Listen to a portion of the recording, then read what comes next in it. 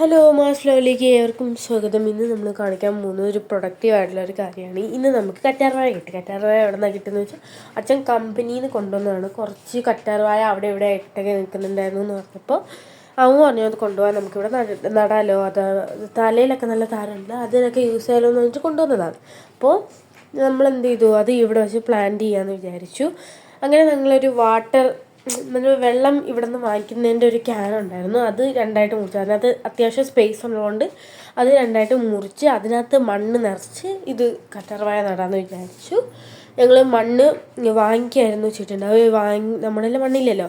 അപ്പോൾ ഇത് അവിടെ നിന്ന് വാങ്ങിക്കുകയാണ് ചെയ്തത്. ഇതിനാകുമ്പോൾ വളക്കൂറുള്ള മണ്ണാണ് കേട്ടോ. വളം പ്രത്യേകിച്ച് ആഡ് ചെയ്യണം. ഇതിനകത്ത് തന്നെ അത്യാവശ്യത്തിനെല്ലാം ഉണ്ട്.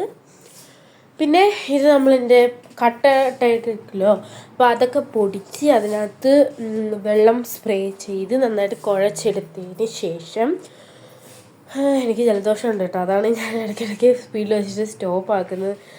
അപ്പോൾ അത്ര സ്പീഡിന് റെസ്പയർ ചെയ്യാൻ പറ്റില്ല. അങ്ങനെ വെള്ളമൊക്കെ ഒഴിച്ച് നന്നായിട്ട് തന്നെ കുഴച്ചതിന് ശേഷം മണ്ണ് ഒന്ന് സോഫ്റ്റ് ആക്കിയതിന് ശേഷമാണ് ഈ കറ്റാർവാഴ അതിനകത്തോട്ട് ഇറക്കി വെച്ച് കൊടുക്കുന്നുണ്ട്. അപ്പോൾ 2 തൈയാണ് കേട്ടോ നമ്മൾ അപ്പോൾ ആ ഒരു ഇതിന് പോട്ടിൽ വച്ച് കൊടുത്തിട്ടുണ്ടായത്. കാരണം 2 എണ്ണം നല്ലതായിരുന്നു, ബാക്കിയെല്ലാം ഇങ്ങനെ ഇളകി കിടക്കുമായിരുന്നു. അതുകൊണ്ടാണ് അങ്ങനെ ചെയ്തത്. 2 കുഴപ്പമില്ലാത്ത തൈകളാണ് അത് 2. ഒന്ന് വലിയ സുഖമില്ല, ഒന്ന് നല്ല തൈ ആയിട്ടുണ്ട്. പിന്നെ നമ്മൾ അതിന് വെള്ളമൊക്കെ ഒഴിച്ച് കൊടുത്തു. പിന്നെ നമ്മളവിടെ സിറ്റ് ഔട്ടിലായിരുന്നു കേട്ടോ വെച്ചത്, അത്യാവശ്യം സൺലൈറ്റ് കിട്ടാൻ വേണ്ടിയിട്ട്. പിന്നെ ഒരു 15 ഡേയ്സ് കഴിഞ്ഞിട്ടുള്ള ഗ്രോത്താണ് നിങ്ങൾ കാണുന്നത്.